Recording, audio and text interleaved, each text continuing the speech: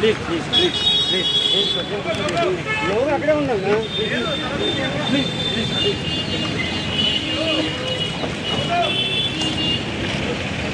Please please please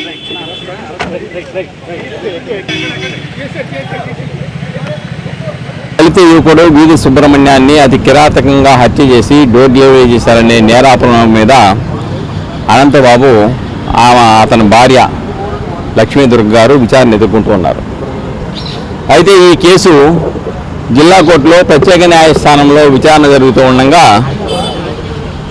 జరగడానికి సిద్ధంగా ఉండగా ఆ సాక్షుల్ని కాకినాడలో ప్రభావితం చేయడానికి, భయపెట్టడానికి, తప్పుడు సాక్ష్యం చెప్పడానికి, అలాగనే ఒక్కొక్కరికి ₹1,00,000 చొప్పున క్యాష్ ఇచ్చేసి బలవంతాన్ని ఇచ్చేసి చెప్పకపోతే తీసుకోకపోతే మిమ్మల్ని చంపేస్తామని బెదిరించారని వాళ్ళు ఫిర్యాదు ఇచ్చారు సర్పవరంలో. వాళ్ళ నలుగురి దగ్గర నుంచి కూడా ₹4,00,000 పోలీసు వాళ్ళు స్వాధీనం చేసుకున్నారు. అలానే ఎవరైతే ఇది పరిష్కారం చేసి సాక్షులను ప్రభావితం చేయాలన్నారో ఆయన కూడా 4వ ముద్దాయి. ఆయన ఒప్పుదల స్టేట్మెంట్ ప్రకారం కూడా ఆయన కూడా ₹1,00,000 ఇస్తామని 25,000 ఇచ్చారు. ఆ 25,000 కూడా ఒప్పుదల స్టేట్మెంట్ ప్రకారం 25,000 కూడా స్వాధీనం చేసుకున్నారు. ఇదంతా అయిన తర్వాత అనంతబాబు గారిని A1 మొదటి ముద్దాయిగా పెట్టి మరొక 4 మీద కేసు నమోదు చేశారు. ఆ కేసు నమోదు చేసి దాని మీద అరెస్ట్ చేయడానికి వెళ్తే ఆయన పారిపోయాడు. తర్వాత ఈరోజు వీధి సుబ్రహ్మణ్యం కేసు ఏదైతే ఉందో అది ఇక్కడ విచారణ జరుగుతోంది. ఈ విచారణలో ఈయన దొడ్డిదారిని వచ్చాడు. వచ్చిన తర్వాత వాయిదా పడిపోయింది. వాయిదా పడిపోయిన తర్వాత సర్పవరం ఏదైతే కేసు నమోదు చేశారో సాక్షులను బెదిరించారని, వీధి సుబ్రహ్మణ్య హత్య కేసులో సాక్ష్యం చెప్పొద్దని ఏదైతే బెదిరించారో ఆ బెదిరించిన దానిలో ఆ కేసులో అరెస్ట్ చేయడానికి వచ్చారు. వాయిదా పడిపోయినప్పుడు కూడాను వాయిదా పడిపోయిన తర్వాత ఆయన బయటకు వస్తే అరెస్ట్ చేస్తారని అక్కడే ఉన్నారు. చివరికి బయటకు వచ్చారు. ఆ కేసులో వీధి సుబ్రహ్మణ్యం కేసులో కాదు, వీధి సుబ్రహ్మణ్యం కేసులో బెయిల్ రద్దు చేయమనే పిటిషన్ ఇంకోటి ఉన్నది. దీనిలో ఈ బెయిల్ రద్దు చేయడానికి అది మంగళవారం బుధవారంలో దాని మీద విచారణ జరిగి నిర్ధారించడం జరుగుతుంది.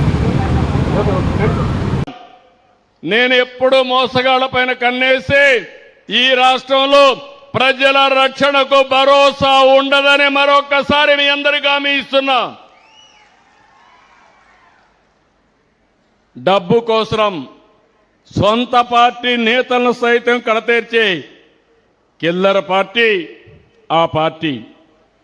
వాళ్లే చంపుతారు, వాళ్లే పరామర్శిస్తారు, అపోజిషన్ పైన నేరం పెడతారు, వాళ్లే న్యాయం చేయాలని డిమాండ్ చేస్తారు. ఇది కూడా అదే మాదిరిగా చేసే పరిస్థితికి వచ్చారు. వీళ్ళ మేనమామ ఉన్నాడు, వాళ్ళ మేనమామ శిష్యుడు ఒకడున్నాడు. వీళ్ళందరూ కలిసి దొంగ వ్యాపారాలు చేసి, అవినీతి వ్యాపారాలు చేసి ఆస్తుల పంపకంలో అతన్ని చంపేసే పరిస్థితి వస్తారు. ఇది ఒకటి కాదు, ఇలాంటి చాలా జరుగుతున్నాయి. ప్రజలందరూ గుర్తుపెట్టుకోవాలి, నేను చేసేది రాజకీయ నాయకులతో కాదు, నేరస్తులతో రాజకీయం చేస్తున్నాం. కానీ నేను భయపడను.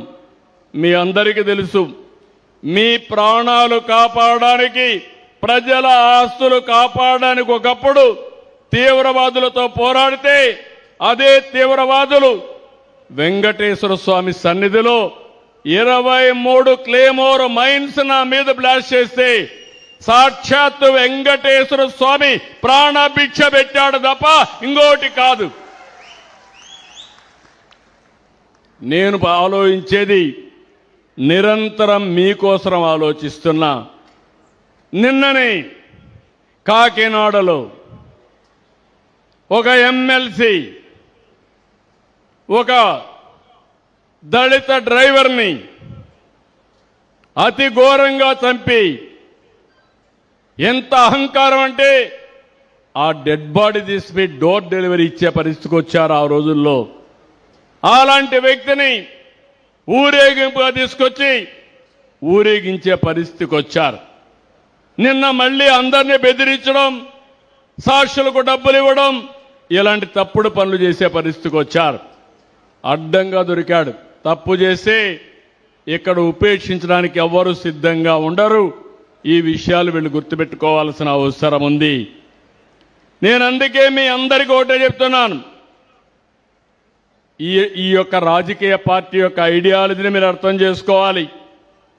వీళ్లకు దూరంగా మీరు ఉండాలి, సమాజానికి దూరంగా వాళ్ళని పెట్టాల్సిన అవసరం ఉంది. మేం మళ్ళీ వస్తే ఏ రాజకీయ పార్టీని చేసేది మంచి చేస్తూ ఉంటాం, కానీ వీళ్ళు వచ్చేది మాత్రం మేము వస్తే నరికేస్తాం, చంపేస్తాం, లేకుంటే క్యాన్సిల్ చేసేస్తాం, పెట్టుబడిదారు తరిమేస్తాం. ఇంకా మీరు చూసే దీన్ని డెమాన్స్ట్రేట్ చేయడానికి పోస్టర్లకి జంతు బలిచ్చే పరిస్థితికి వచ్చారు. నేను ఒకటే హామీ ఇస్తున్నా, మీ పాత రోజులు పోయినాయి. బెదిరింపులకు ఎవరూ భయపడరు. ప్రజలు పూర్తిగా చేంజ్ అయ్యారు, చైతన్యంతో ఉన్నారు. అందుకే ఈరోజు ఆ నమ్మకంతోనే రాష్ట్రంలో పెద్ద ఎత్తున పెట్టుబడులు వస్తున్నాయి. ఈ రాష్ట్రం అద్భుతమైన వనరులకి, నిపుణులకి, బ్రహ్మాండమైన యువతకి, అదే మాదిరిగా మీ స్ఫూర్తికి మనస్ఫూర్తిగా అభినందనలు. నా మీద నమ్మకం పెట్టుకొని మీరందరూ భూములు ఇచ్చారు. మళ్ళీ మళ్ళీ ఆమె ఇస్తున్న భూమి ఇచ్చిన మీకెవ్వరికీ నష్టం జరగకుండా మిమ్మల్ని పైకి తీసుకొచ్చే బాధ్యత, అన్ని విధాలు ఆదుకునే బాధ్యత ఈ ప్రభుత్వానిది. నేను అందుకే ఒక మాట చెప్పాను, ఒక నమ్మకం, ఒక అమరావతికి ల్యాండ్ కావాలంటే 29,000 మంది రైతుల ముందుకొచ్చి 33,000 ఎకరాలు భూమి ఇచ్చారు. ఆ రైతులకు అన్యాయం జరగల, వాళ్ళ జీవితాల్లో మార్పు వస్తుంది. సమైక్య ఆంధ్రప్రదేశ్లో ఆ రోజుట్లోనే నేను ఒక ఎయిర్పోర్ట్ కట్టాలంటే 5,000 ఎకరాలు భూమి శంషాబాద్లో ఇచ్చారు. నేను ఆ రోజు కూడా చెప్పాను, మీరిక్కడ భూమి ఇచ్చారు, పక్కనే భూమి కొనుక్కోండి, వ్యాపారాలు పెట్టుకోండి, మీ జీవితాల్లో వెలుగులు వస్తాయని చెప్పా. నన్ను నమ్మారు, భూమి ఇచ్చారు, చెప్పింది చేశారు. ఇప్పుడు మీకు కూడా ఒకటి హామీ ఇస్తున్నా, ఇక్కడుండే రైతాంగానికి ఆదాయం వచ్చేట్టుగా, మీ పిల్లలకు ఉద్యోగాలు వచ్చేట్టుగా స్కిల్ డెవలప్మెంట్ చేయడమే కాకుండా మిమ్మల్ని చిన్న చిన్న పరిశ్రమలు పెట్టుకునేట్టుగా, వ్యాపారాలు పెట్టుకునేట్టుగా మిమ్మల్ని తయారు చేసే బాధ్యత ఈ ప్రభుత్వానిదని మరొక్కసారి మీ అందరికీ హామీ ఇస్తున్నాను. మీరు వేరే ప్రాంతానికి పోవాల్సిన అవసరం లేదు, ఇక్కడే ఉందాం. ఇప్పుడు పెట్టిన ఇండస్ట్రీ కూడా పొల్యూషన్ లేదు. నేను ఒకటే ఆలోచిస్తున్నాను, రాష్ట్రం మొత్తం నెట్ జీరో